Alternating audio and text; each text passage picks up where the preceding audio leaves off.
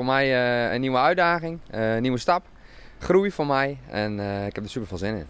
Dit is Rutger Boelsma en hij is van 2 juni al de nieuwe eigenaar van de Paradiso Bar en eetcafé De Koornbeurs in Kolm. Hij komt uit Huddegriep en wie al wel bekend met de Paradiso. Ik ben zelf ook DJ, dus ik heb bij Johnny ook wel gedraaid in de Paradiso en ja, dus wel bekend. Oud-eigenaar Johnny de Vries zal zelfs nog wel geregeld te zien wezen. En hij zal nog altijd actief blijven in het dorp.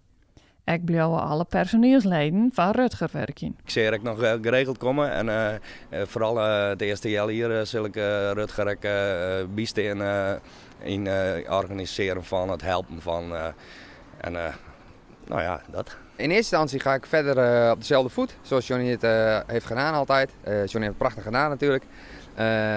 En vanaf september zullen er een paar wijzigingen zullen er zijn. We gaan iets meer doen met de discotheek, we gaan nog iets meer doen voor tieners, maar ook voor de iets wat oudere doelgroep. Voor tieners moet je denken aan een MSP bijvoorbeeld, echt mega scholenparties van vroeger. Dus de frisfeesten. En voor de oudere doelgroep is het meer wat gefocust op iets met een bandje, iets met een daghap, een combinatie daarvan. En dan wellicht op een zondagmiddag zoiets.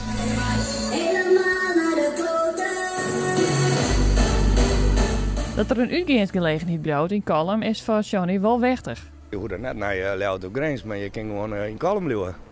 En ik voor de dorpen om je heen, we hebben wel een beetje een regiofunctie met de Paradiso.